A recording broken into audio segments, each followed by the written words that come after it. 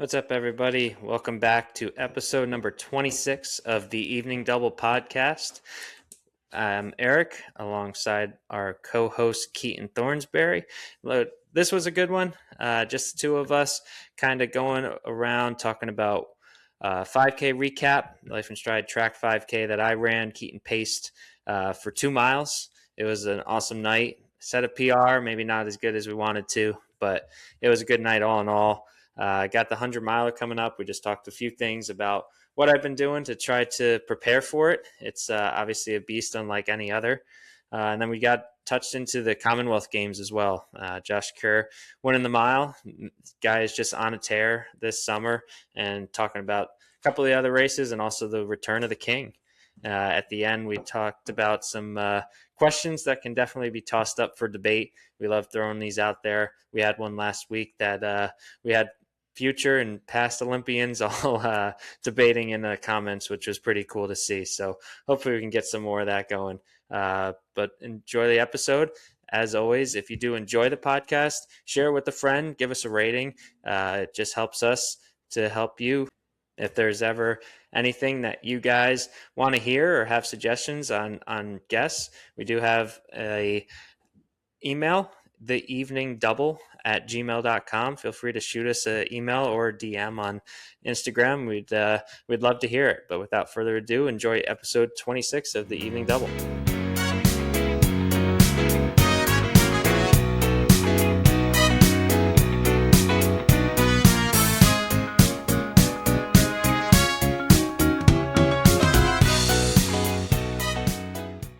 I can see it, and we are live. Welcome back, everybody. Episode 26 of the Evening Double podcast. Keeton and Eric here.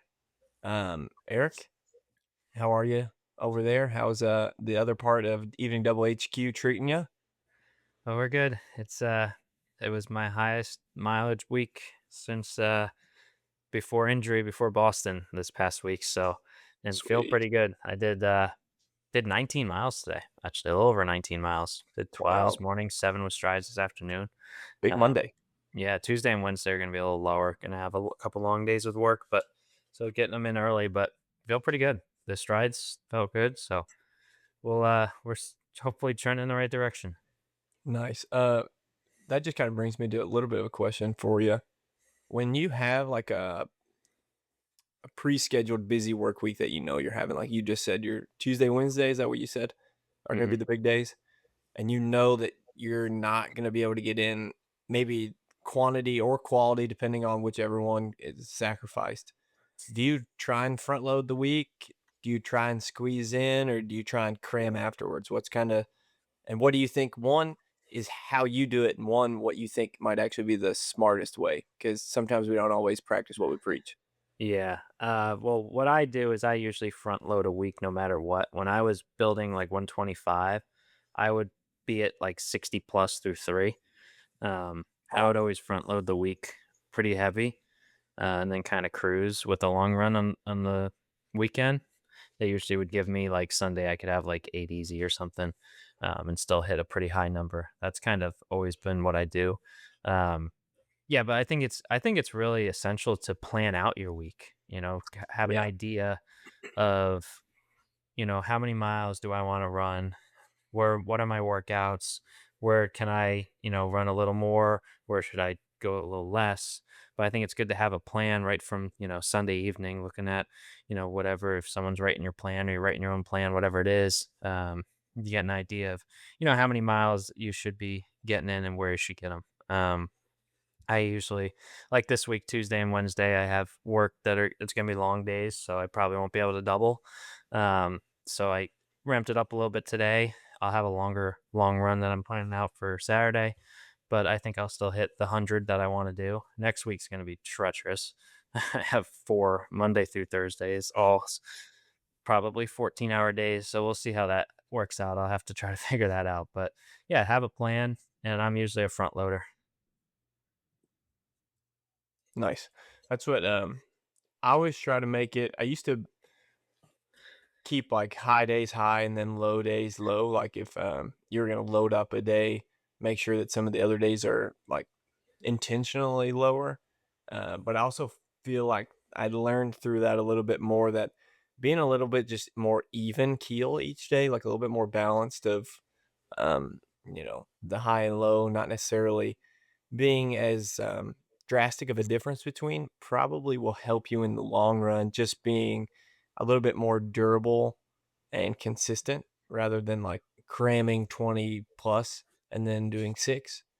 More so like, you're doing 15 or 16, then the next day you come back with another 10 or 11, like things like that will probably, while you're playing with the exact setup that you have, probably be the way you do it. And I agree. I think the best thing you can do is write your week out in advance. That's why it's always really good to have a coach or some extra eyes on what you're doing, an accountability partner or something. If you're not being coached by anybody, just having something down on paper is like way more. You're more likely to be accountable to yourself when you're doing that. So big planner, or big fan of planning ahead, I should say, with the week, especially when you know your work week. So that's big. Are you getting ready for your next training block, chasing a PR, training for your first marathon? Or maybe you're just tired of getting generic training plans and AI coaches that are giving you impossible splits? That's where we come in. If you're looking for coaching that's actually built around you, your schedule, your goals, and your life, we'd love to help. I coach through KT Running Company, specializing in individualized run coaching for any athlete from high school, college, and road racing looking to reach the next level. Eric coaches through Stride Core Fitness, offering personalized run coaching along with strength training and Pilates to help you stay healthy, build durability, and perform your best. If you're interested in working with either of us, send us a message on Instagram or check out the links in the show notes to schedule a free call. We'd love to learn about your goals and help you put together a plan that actually works for you. Now, let's get back to the episode. Yeah. Yeah, just thought I'd ask you that. It just popped right into my head. But overall, today we're just gonna kind of catch up a little bit about the week we've had. We did a little bit of an episode about week 1 of the half marathon build for me last week, and a little bit of a preview going into this Life and Stride 5K night, track night. And so that race went well. We both were in it. I got to pace and help the guys run some fast times. So we'll talk a little bit about that. Some Commonwealth Games action, the return of the treadmill king, the threshold king, Jakob, later this month. You have a 100-miler coming up, so that's going to be interesting. I'd love to get, and if you've like planned any like crazy things to get ready for it. And then let's talk a little bit more about some other things as they come, including some talk about the world majors coming up. So, Yeah. Eric, which one do you want to start with, and why is it your race recap? And I was just gonna say, let's get out of the way. I did not hit my goal, but I set Let's a just PR. let's put it out there. What was your goal going into it? My goal was 15:30, and I really thought I could do it. Um, I guess I just didn't have it. I honestly got done finishing the last 100. I passed like 1 or 2 guys in the last 200. I thought I had it. I I got so lost with like my number on the watch, and the watch got all screwed up on the track where I thought I was banging them out, and I thought I had it. I thought I finished strong, but I was 15:49, so I was almost 20 seconds slower than I thought I was. I would say the most unfortunate thing is that I just got lost in no man's land. Um, there was about 5 guys that Keeton paced, for where'd you go? About 2 miles? Yeah, I dropped him off at 3,400 or so, the mile to go. Okay. Yeah, just over 2 miles, and he had to pack about 5 guys that were going for sub 15, and I knew I didn't have that in me, so I really couldn't go with them, and then I thought there would be more people going for, like, the time that I was at, and, after about 800, I was just by myself. I was literally in no man's land, which is fine. I mean, I've never really run with a pack, but on the first 400, I actually went out a little too hot, I guess, but it felt great. I did 72, which was obviously too fast, but I was like right behind Chris, and it felt good, to be with them. But then, like right as I crossed the 400 and saw 72, I told myself I can't, I have to slow down. So I started banging like 75, 76. I think my first mile was right at 5. I'm pretty sure I heard a guy that was standing at the start yell out, "That's right at 5." Like, you're right on. Nice. And I guess I got a little slow early in mile 2, like the between 1600 and 2400 is where I kind of lost some time. I think I hit like a 77 or 78 in there. So, losing 5 seconds, it really adds up. And I closed in like 72. So I got it back, but not as good as I wanted it to be, but it was a PR nonetheless. I would say I'd rather do a road 5K than a track 5K, in my opinion, unless there's a group with me. Yeah. Yeah. Let me ask you why you think that. I've got maybe a similar opinion, but why do you think you'd rather do it on the road? Well, first of all, that was my first ever race on a track, so that was new for me. Yeah, that'll Um, be new. 2, it's just I don't know. It gets boring. I guess you could say, just running in a circle. Um, Obviously, it's nice, because you have people every time you go around. But I just like the change in scenery. I don't mind a little up, a little down. And obviously I would want it to be pretty flat, but like I don't know. I want to see something different, I guess. Yeah. No, it's interesting. I've had a couple decent races over on the track, more so in like the mile range and 3K range. 5K and above on the track just gets really hard because you it's hard to see the lap counter. It's hard to see the fact that you come around and you've got like, you know, 7 laps to go, 8 laps to go in a Yeah. race when you already know, especially if you know you're hurting early, that gets really tough. The roads and cross country, I think, are very easy to get lost in competition without being fearful of blowing up as often, because maybe you see a clock and then you go around and you accidentally look at the clock again and you're like, oh shoot, in my head that was a 78 and I was trying to run 75, so oh shoot, and then you panic and then you're like, yeah, maybe the race is done. I Yeah. feel like a lot of people struggle with that. The track is hard because of that. I always tried to just like not look at the clock, like, for the life of me.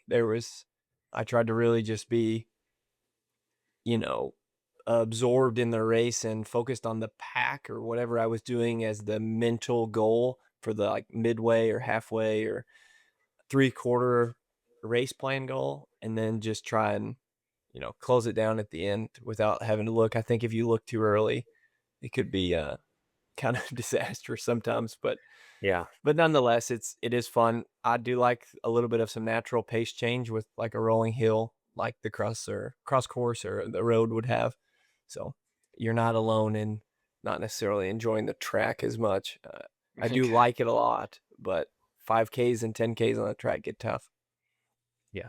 I agree. I mean, a 10K, holy smokes. I don't know if I could do that. Double that up. Yeah. What is that? 24 laps, 25 laps, whatever it is. 25. That, Yeah. I that's a did it. lot. I did it one time in college in a tactical conference 10K championship race. So that was pretty fun. It was a lot of just staring at the back of the guy in front of me and not doing anything until like 400 to go. So it was Yeah. fun, but I wouldn't want to do it again. Maybe Well, and maybe eventually, but yeah. not How anything how is soon. it how is it for you? Pace 2 miles. Um Yeah, right at what about 448 pace for Chris and Corbin mainly. yeah, um, Dropped them off with a mile ago right on pace, and they both end up getting it for 14:58 and 14:59, which was awesome. yeah. I That think we were a touch quicker. I'd have to see if I can find the actual splits, but we were clipping off. I remember like coming through the K. We were pretty bang on at the beginning of the race, very even. Nobody tried to take it out quick or like push me or challenge me to the like lead or the top position. So that was really good. And so then from there on, I just really tried to be as smooth as possible. I did um, I would say best I could to be a really even first K, and then I just started hitting split every time on the lap on my watch to just try and be bang on 72, so that way I could check it at the 200 and try to be at that 35, 36 to get me that 72 mark. And we clipped a lot of 71 points, 72 lows if we hit a 72, and like 170. And so I think we were a little ahead of pace. I think it was like some 258s and 257. So right around that low 1448, 1450-ish range. And Corbin was really kind of getting antsy, you could tell.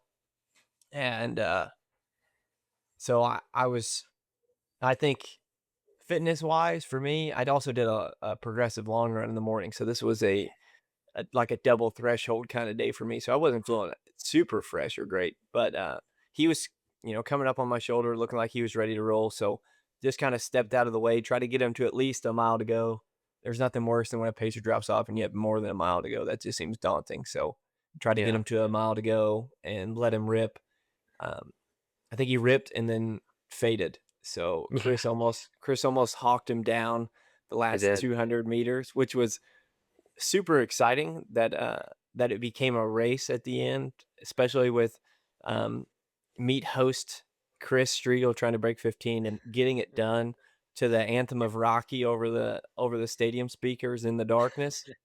So that was pretty sick. Only thing cooler would have been is if it was raining.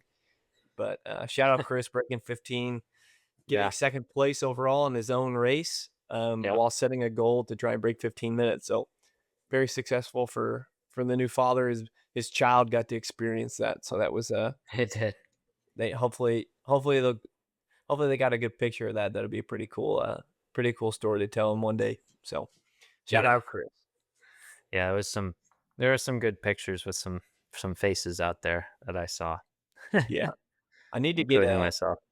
I need to see if Chris has got some of that footage. It would be good to get some pictures and video from it. But it was a great event overall. Shout out to them for putting on a great one. A pretty big turnout. Hopefully next year and stuff, it'll start becoming a little bit bigger and even more competitive. So we'll start putting this on the calendars a lot earlier and making some plans for it. That would have been nice to actually do in the heart of a season, not after like a 3-week break and week one of half training. So, but yeah, closed out the week early that morning with a 14-mile long run, just a progression one, starting like 7:20. Then like I think by mile 3 we were like 6:20, and then 13th miles 5:25, just a like 5 or 6 second progression each mile, and then mile easy to cool down to 14. So that got me 60 miles total for week 1 in 6 days.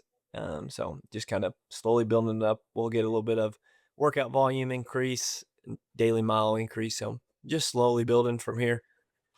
Yeah. And one thing I wanted to note on that, I was a little upset. It was still a PR, so I'm not that mad. But you're gonna do a couple more weeks of some speed before a 100-miler. And I did text a bunch of guys here. I put it out there. Wednesday, August 19th, St. Francis Track, mile time trial. Keeton, would love for you to pace if you want to. Wednesday morning or night? Wednesday morning. If you want to put it as a part of your workout or whatever. But I'm going to try to do a mile time trial.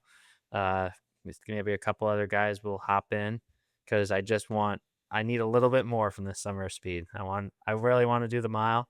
My goal is going to be 4:35. I think I can do it.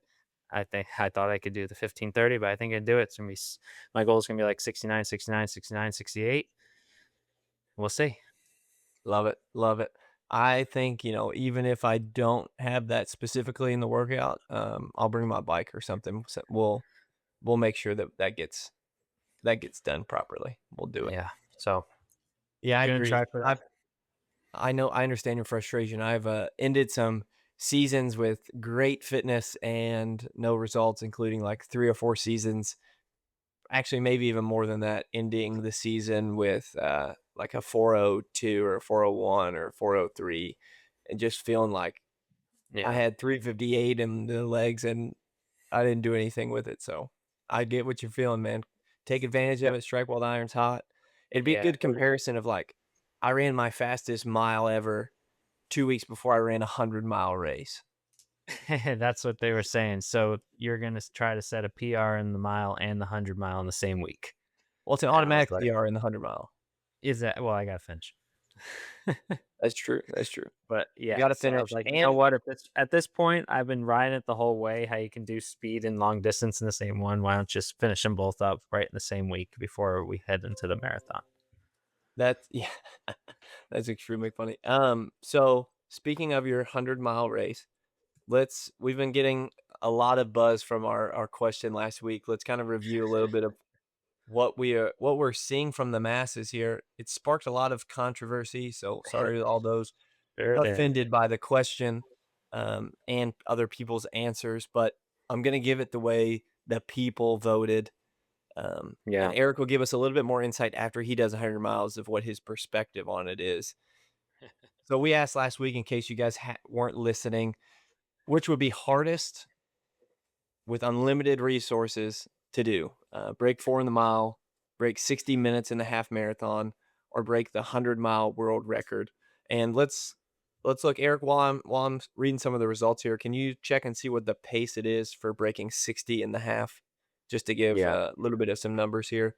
But Yep. breaking 4 minutes in the mile is coming in as our top fan vote. We have 1,056 responses. So pretty good sample size from the general public here.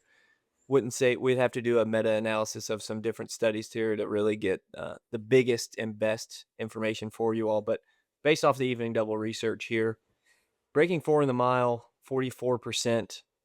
Breaking 60 in the half. Well, let's see. The second place will be breaking 100-mile world record with 31%. And then coming in last is 25%, breaking 60 in the half. And don't tell that to JT. I won't tell that to a couple people on here. JT says it's 10 times harder than the other two. He has done one of them, so I will give him I'll make him a credible source. But we definitely offended some people with that one. Yeah. Breaking 60 in the half is a 4:35 pace. So exactly what I'm gonna try to do for 1 mile. 4:35. That's yeah, that makes sense. I remember now. 4:34 or 4:35 is right on that 250 or 159 that Erik clicked in. Kipchoge and then ran, and then Yeah. so I clicked in 59:59. That's 4:35. yeah, that makes sense. I remember that coming out. That's what is that? It's like 250 for the K, something like that. Sounds right. Yeah, something like that. So those are the results from the people. The people have spoken. Rory, if you're listening, Rory Linkletter, he's done 2 of them. He's probably our most credible answer, or I guess source of opinion here. So I'm going to give Rory our benefit of the doubt. He said, as someone who's done 2 of these, it's insulting to see sub 60 on the list. It's way harder than sub 4. 100-mile world record sounds pretty tough, but at least he's done 2 of them. I'm going to say sub 60 might be, I don't know. I still go back and forth on it now. Someone brought up a good point that the just because it's the world record doesn't mean that the world's best athletes have given the proper dedication and time to the 100%. event. And that's why So we did it as a world record. Yeah. So yeah, I think that's very fair.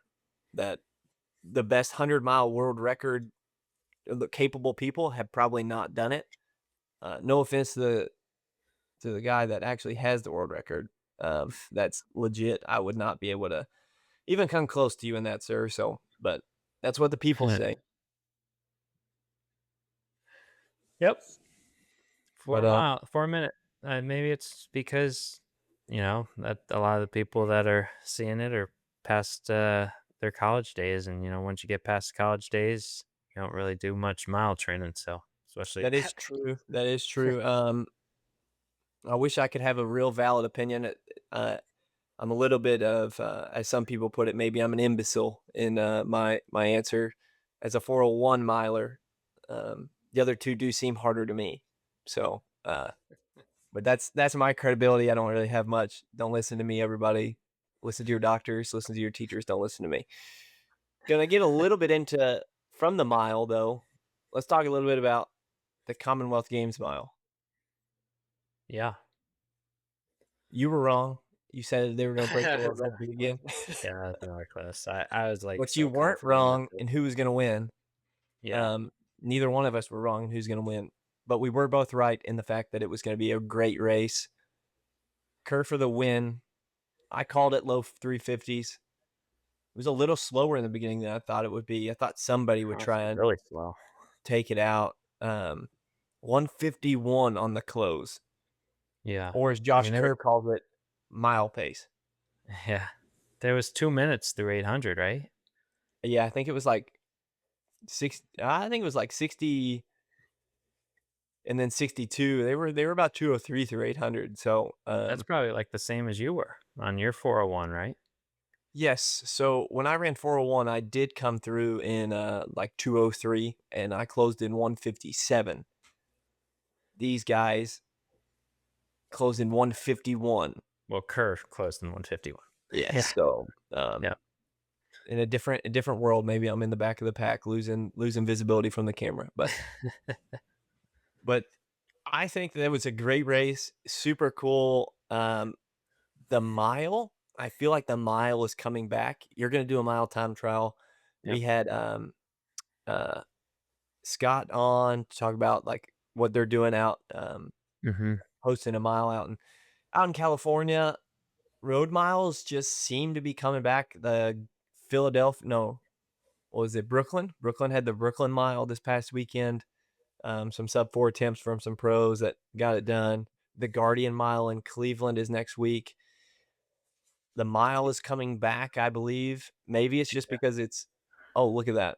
Well, that was my PR. That's me in the front there. I was on the front page. Vero Beach, Florida. That was my mile PR, 442 in a Santa Oh outfit. ho ho! Eric is coming to town. He was dressed in a Santa suit for all those people not listening or just listening, not watching.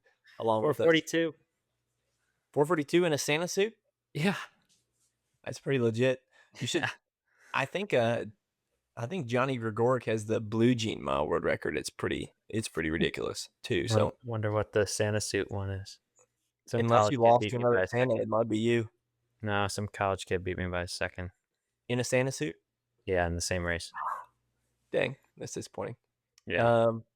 But yeah, I think miles are coming back. I'm excited. Next year, I'm really considering if all my goals with the half and the full are fulfilled, a road mile tour would be super fun. You can recover pretty quick, so you can do a bunch of them. That is true. It would just depend on how much PTO I can build up for this one. Yeah. So, yeah. A little bit more about the Commonwealth Games. Kai Robinson, I think, was the MVP of the distance side of things. 10K dub, 5K silver for Australia. That was super impressive. Gover Singh from India with like India's first medal. He got silver in the 10K or maybe bronze. Came back for another medal, bronze in the 5K. So double medal for Mr. Singh representing India. And I didn't realize they were in the Commonwealth. So that's pretty cool. So good to see. It's really cool to see some of like who's actually in the Commonwealth jurisdiction or like in that category of country. I didn't even know the Isle of Man was a country. So I apologize to David Malarkey, who's a medalist there. I knew he was a Great Britain athlete, former NAU college star. I didn't know the Isle of Man was an actual country. It's an island off, I think, off the coast of England is where I believe it actually is. So that was pretty cool, but cool to see. But yeah, overall, nothing too atypical in the men's steeplechase.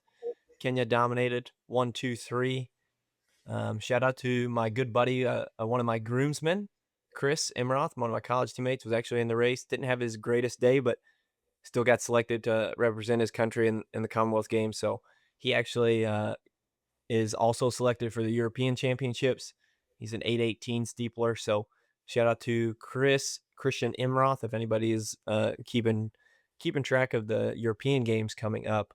So hopefully he can make a final. That's what we're all rooting for. So if you're watching it on your TV, look for Chris and support him through. Since there's no Americans in the European champs, we'll adopt Chris as our adopted American fan vote for this one. Europeans means the return of the king. Mm-hmm. Jakob Ingebrigtsen is back. The 5K is what he's announced to do for competing in. That's going to be exciting. He's going to have, I think, a tough time, but it's hard to bet against him if he's healthy and fit. Yeah. I would not. Yeah. But Yeah. he's got the likes of Andreas Almgren, Dominic Labalu, Isaac Kameli. There's the Abdi guy from Germany. It's a loaded field. Those are all 1250 guys, and even faster, 1240 something guys. So he's the world champ over 10K, Jimmy Gressier from France. So it's going to be a crazy race. That'll be a really good one. Good to see Jakob back. Yeah. You think he had surgery on his Achilles in January? You think that he's rushing it too soon? Should he have just waited 7 months. 7 months to racing? I do not give doctor advice on the podcast. Okay, let me pose the question slightly different. If you were getting near race shape, would you wait until you're all the way in race shape, or would you sign up, put your name, reputation, a little bit of the fact that you could be not in great shape? Would you put that on the line? That's a fair question. No, Yeah, not for him. Yeah, it's tough. I feel like for us, everything, like nothing is high stakes for really, and like for us for real, unless we're in our last chance to hit a qualifier for Boston or Olympic trials. Yeah. I think, he's at the luxury. He gets to choose his schedule, do everything. His whole life is centered around each one. He could pull out of any race if he doesn't feel like he's ready for it. But he also, showed up off of like no build to run Worlds last year just because he loves competing, which I think ended up hurting him in the long run. He ended up having to take a lot more time off to rehab his Achilles, and then ultimately led to surgery after a couple failed attempts to get back. So that's why I am a little like, just take your time. We don't need to see you this summer. Love to see you. Jakob's back. That means track is back. Sorry, Josh Kerr. But Jakob is Jakob. I think that's who might get the world record back in the mile here soon. So maybe next summer. Yeah. Yeah. So have you done any specific things for this 100-miler? Oh, we're going into the 100-miler. I want to know. Well, last week was my 4th straight week hitting 100+ miles. I did 107, 108 or something. Can you fit that in one day? That's crazy to think about, isn't it? Yeah. So I'm just working out twice a week and doing basically really just like easy long runs. I would not say I've done anything specific. I don't really know what I'm doing for it.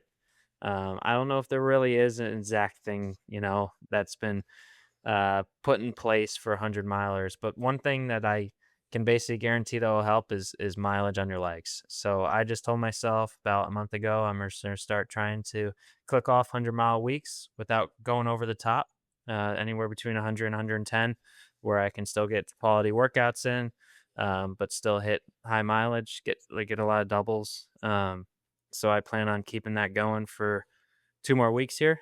So I'll have 6 weeks of 100+ under my belt, and then going into race week there. And I think we'll talk about it more as we get closer. I'm going to I think the main thing, there's 2 main things. One, I would say it's 75 to 80% mental, more than physical. Obviously, it's going to be physical, but a lot of it's going to be mental, especially when, you're maybe crossing halfway, it's dark, it's night now, and you just want to quit. I just know it's going to happen. Just got to be mentally tough. Um, and then the second part is I got to have an extremely dialed in fuel plan. I think that's going to be really important. So I just got to have a good plan of basically every time I loop, every 10K, just have my girlfriend give me something. It planned out right from the start. Whether it's a bottle of electrolytes, a bar, I don't know. I don't know exactly what it's going to be, but I got to make sure to hydrate before and then have a really good plan. So if I think I have that, I think I'll be okay. Okay, nice.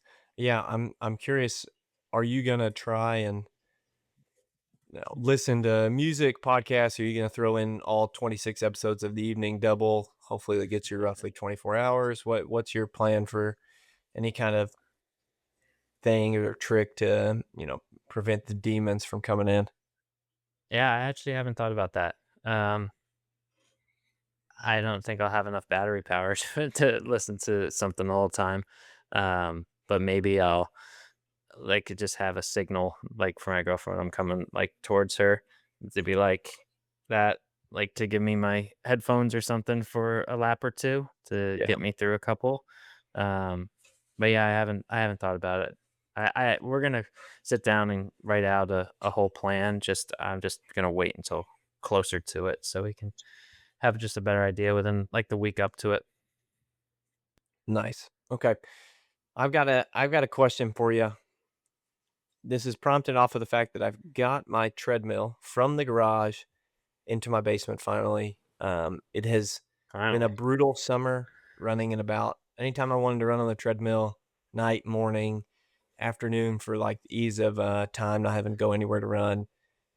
It's been brutal, super hot. It's hotter in there sometimes than it is outside. And I finally got it inside. I personally, and I ran on it today, and my heart rate was super low on my easy run. I was testing out the new digs with it downstairs, so was excited to have it down there. It was cool. I was still sweating a little bit, but it was definitely nicer. Heart rate definitely reflected it. So, do you like treadmills? I love treadmills, but I know that some people will like, no, I would rather run through a monsoon than like give myself the freedom to run on a treadmill. Like that's weak or that's soft. What do you think? I would rather run through a blizzard than run on the treadmill. Dang. I did 4 miles on it on Saturday just because it was like, I don't know. The only way I can do it is if I have a good show I'm watching in front of it. So I had like a show I've been watching. I've been watching The Hawk on Netflix with Will Ferrell. Um, so it entertained me for 4 miles, and that was a long 4 miles still. I can get through it. I've done 12 miles in the winter on it, but I don't like it. I don't like it at all, especially on like an easy run. I never even tried a workout on it. I think a workout might be a little more entertaining because you could switch paces, but like an easy run where you're just sitting there at like 8 minute pace for an hour and a half or an hour, it's just, I don't know. It drags. Yeah, I definitely think some of them do drag, but um a good like I do have a little TV in front of my treadmill and that usually keeps me entertained. I feel like a iPad kid running on the treadmill and I have to watch something, but no, I enjoy it for the ease of time in my life. My neighborhood, like to leave from a run here is super hilly.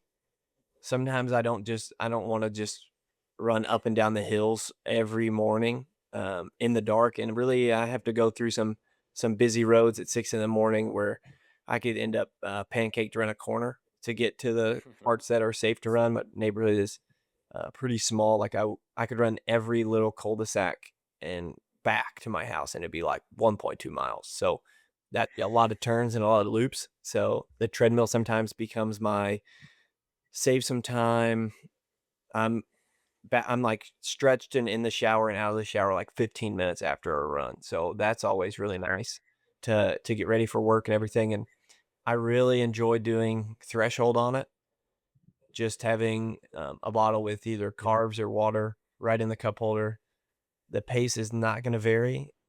I'm Yeah, going to get you don't have to think about it. yeah, Yeah. I'm going to get the exact effort in that I want, and I can always, if my heart rate is a little bit low because of the fact that I'm not, running up a hill or having to turn or facing a headwind, then I can go a little bit faster and monitor the heart rate and things like that to kind of keep myself in check.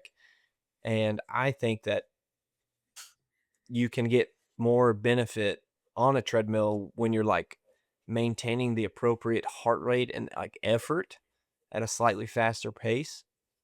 I just think that like I would rather get more exposure to a slightly faster pace than I would a harder effort outside sometimes. But also, that's on the threshold kind of day where you are trying to keep it within a window of effort. I think that there are, don't get me wrong, there are days you just need to kind of suck it up and fight through some things. So don't Yeah. get me wrong, that both of those have their place, but I definitely do enjoy it for ease of before work, after work, early mornings, whatever it may need to be. Threshold work to keep it out of the elements sometimes is a great benefit. Well, I would like to hear what people listening. Drop a comment. Let us know. Do you like treadmills or do you not like treadmills? Are you on the Keeton or Erik train? Both make good points, I would say. Yeah, But treadmills below. I definitely I will say, as I've gotten older, maybe it's just because I like the treadmill I have. I don't like every treadmill. I've run on some ones in hotels or a Planet Fitness gym or something and just really hate it. So I definitely do think it depends on the treadmill too. If it's too soft, then I feel like I'm sinking too much, or so that could play in a factor too. So if you don't have the treadmill you like, it could make you hate a treadmill. So Yeah. well, Well, what were you gonna do? yeah, I was gonna send it to our final segment, and I think we can talk about for a little bit. But we got some fun questions here, some debate topics. Seems like what people like to talk about. So Let's do it. we'll discuss a couple here. Why don't we start with this one? This is an interesting one. Um, Pros don't race very much. You think about other sports. You think about basketball. They have like a 6 to 8 month season where they're playing 2 games a day. You think about baseball. They play 162 games over the course of the year. Golf plays every week. They don't play maybe every week, but they're playing 30, 40 times a year. Yeah. And if they don't play enough of the percentage, then that affects their torque card, right? Yeah, that's true too. Yeah. That will hurt them. But yeah, you get the point. I know football doesn't play a ton, but they still play 17 games now before the playoff. So like professional athletes, they play a lot. Pros, you see race what? Maybe with other things, maybe 10 times, maybe Even throughout I a would say year. even less maybe for some marathoners. Yeah, I mean, some marathons really might just race 4. Mm-hmm. 2 marathons, 2 halves Yeah. in a year. So, do you think that professional runners should be required to race more often? I think yes, unless it's at the expense of their health. For some sort of injury risk, I don't think that the injury risk is something to just overlook. I would love if running had a governing body. Like I know we have the World Athletics, which IAAF, which is kind of in the Olympic Committee that's in charge of those specific things, World Championships and Olympics, and everything's kind of centered around getting those standards, trying to qualify for that. In marathoning, we have the World Majors. I would love if there was an overarching government body that had those kind of qualifications and things in place, just because I do think that they should be required to race more often, and not because I selfishly just want to watch them, but I think that I don't know, man. I go back and forth, but I think if you're an Olympic medalist and you're representing a brand and you're representing a country and you're kind of the face of that, I think that there should come it should come with some responsibility to show up and be at these places, because the sport deserves the publicity and the um, extra attention that it would get from those people performing more, is the way I view it. I think so too. Uh, I got a question off of that. yeah. I think this is maybe I'm stupid, but I feel like more people probably have the same question. How do you classify yourself as a pro? So that's a good Like question. I like someone like sorry, I just want to give like an example. Like Vincent Mori. There's no way he was pro running 205 in the Toledo Marathon. Correct. But now he probably is, right? Yeah. So Why? now I see. I can't remember. Did he announce that he signed a professional contract? He might not have yet. No, I'm just assuming. Yes, I But he was believe. in the elite field in Yes, Chicago, so I'm assuming, there's at least one in the works. If not, that has not been announced yet. I have to check on that. I know that he's been in talks with people since then, and rightfully so. A pro would probably, to me, you'd have to fit into two. Like there'd be two criteria for me. One is, and they're not mutually exclusive from each other. Like you could have one or the other. You could have both. I don't think it necessarily matters to have. You don't need to have both, but I would say you'd have to have an agent, and then a sponsor from a brand that I would say is a running brand. Okay. Like a shoe contract is the way I would designate pro, is a shoe contract or some sort of brand deal, and then Okay. an agent is the ways that I would say warrant the term pro. Now, I like think that's fair. for a guy like Um, me, who I'm not with an agent, no brand has signed me or anything. I'm lining up in some races with pros. I always just call myself, but I'm not necessarily an amateur because I'm not like trying to maintain collegiate status. I can accept prize money, things like that. So that's where I just, you could call it, I could say I'm in the G League or something, but I'm just like, I would say I'm like semi-pro or sub-elite is what some people call it. Semi-pro. I like semi-pro. Shout out Jackie Um, Moon, semi-pro. Yeah. But I got a question then. Yeah. Okay. So Eric Floberg is someone who comes to mind. yeah, that's true. He's not a pro, but he has an Adidas contract. Like he's with Adidas, he's with BPN. Like he's getting paid by these companies. I don't think he has an agent, but he's someone I wouldn't consider him a pro. He ran 229. That's not of standard to be a pro, I would say. But Yeah. that's where I like, if say we got a sponsor for the podcast and ran, does that make us a pro? Like I don't know. That's where it's kind of weird to me. Yeah. I would say, I guess you kind of lean a little bit more toward agent then, and those kind of Yeah. things.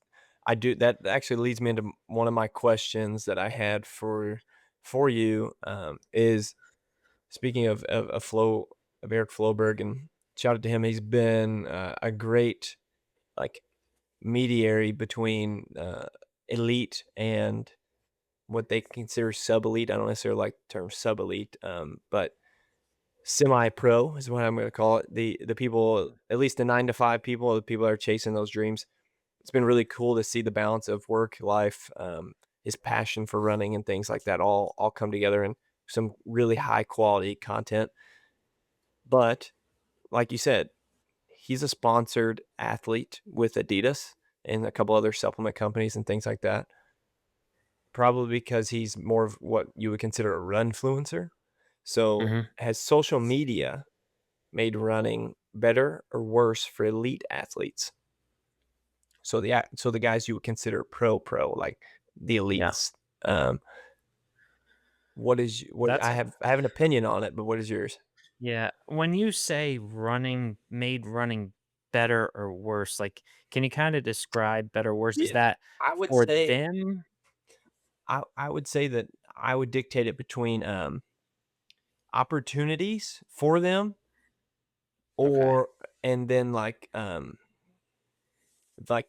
visibility in the sport, like running as a sport, not necessarily running as in the action. Yeah. So there's two ways that's a good question.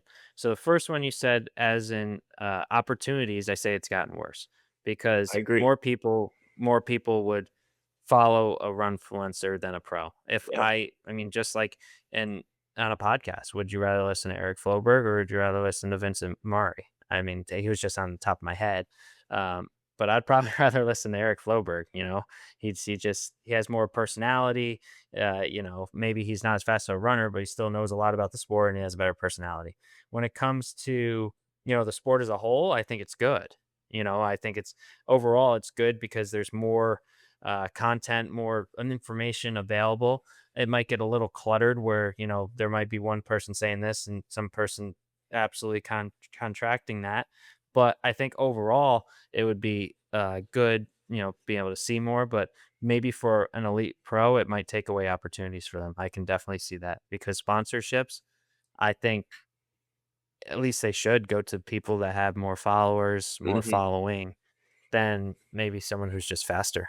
Yeah, I think that's exactly the train of thought I was having. There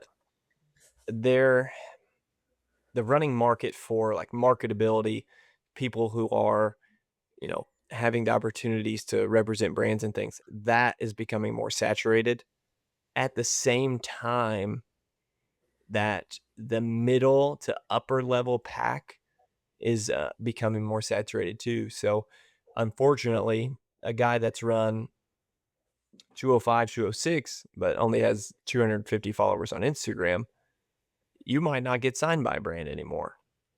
But if you Yeah. have 35,000 followers and you're attracting people to products, doing product reviews and things like that, a brand might sign you for some sort of deal, give you some compensation, monetary compensation, gear compensation, things like that. And that could take away from elite athletes, people right under the cusp of medals and qualifying for world teams and things like that, just because of the fact that like marketing and social media and runfluencers are much more popular, and that's where they're seeing their profits come from. So that's where they're putting their efforts to for their efforts to grow. The second thing I would say is I go back and forth a little bit, but like the elite athlete who is at the top, they now have um if they can create a little bit of a social media following, a little bit of some content, a little bit of some extra marketability to separate them from the other elites with some, being a charismatic YouTuber or things like that, that could create a very niche opportunity for them to take advantage of extra monetary compensation for performance and extra monetary compensation for being the best running influencer kind of guy. Rory. Yeah, Rory's killing it with content. Rory's killing it. Yeah. Clayton Young and has Yeah. had great YouTube series, and those type of athletes. Jacob Thompson has started his YouTube channel. Those type of athletes, like I'm tuning into those workout videos, or their week videos all the time. That's kind of some of the stuff I put on the treadmill while I'm running.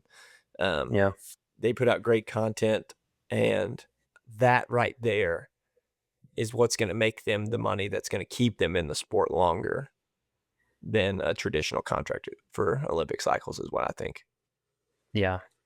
Well, I would say let's have this one be the last one. We got more, but we can save them for another pod. Let's do it. This I like this one a lot. Would you rather run a perfect race and lose, or run terribly and somehow win? I'd rather run terribly and win. Why? One, winning is always better than losing. I don't care what anybody says. Sorry if that offends anybody. Winning is 100% better than losing. The only time I would be okay if I lost, shoot, I don't know. It'd have to be a pretty big thing to like sway me to choose that instead of a win. But a perfect race means that I can never run any better and I lost. If I run terribly and win, that makes me walk away being like, yeah, I can win when I'm off. Imagine when Yeah. I'm on, kind of thing. Yeah. So I'm going to give you a whole different perspective here. I'm going to say I'd rather run a perfect race and lose because, from my standpoint, most of the time, if I'm running a marathon, I'm not going to win. So I'm probably going to, if I run that perfect race, I'm going to set a PR, which is my main goal. Obviously, I'd love to win, but I'm going to give you a whole different perspective where I see it as I'd rather run the perfect race because I'm setting that PR, but probably losing to a lot people that are a lot faster than me. Yeah, that's But I true. understand your point. I guess if you were running off the super technicals of the question, I could run terrible and win the Chicago Marathon, but because I ran terrible, I'd ran like 2:35 and I won. But you also might get, nice little payday from winning the Chicago Marathon. But Yeah. but yeah, I can see that. I can see that. If I know that it's going to be a drastic difference in time and potential for the future, then yeah, it doesn't have to mean perfect race doesn't have to mean it's my best ever. It could be perfect for the build, the conditions, and current state. So I can see it both ways. I just like to win. Yeah, no, that's fair. I would like to win too. It's a good question. It could go either way. But on that note, anything else to add? No, nothing else to add. Eric's got. We'll continue to follow this 100-mile build up. See if he does anything crazy. If he gets an itch to do a 50-mile long run or something. We do have some good guests coming up this next 2 weeks, so stay tuned for that. As always, kind of just if you're enjoying the pod, send it to somebody, give us a review, like that kind of thing. We've really enjoyed creating content and doing the pod and putting together some of our passion into running into this kind of digital media form. So I've got nothing else really. Episode 26 I guess is in the books. Yeah. Appreciate you All guys. right. Peace. We'll see you guys next time. 27.